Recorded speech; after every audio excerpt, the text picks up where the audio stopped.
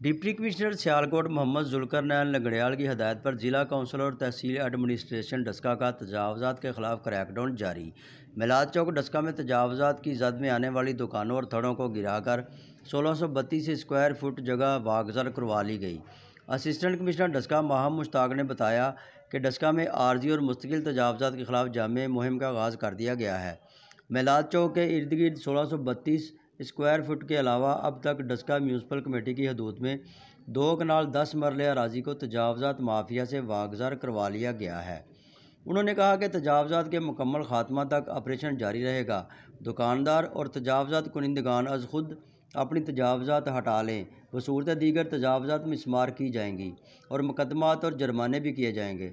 علاوہ ازیں assistant commissioner ماہم مشتاق نے میاں والی بنگلہ میں بھی تجاوزات کے خلاف گرینڈ آپریشن کیا، جسے شہری حلقوں نے خوب سراہا۔ Report voice of Daska.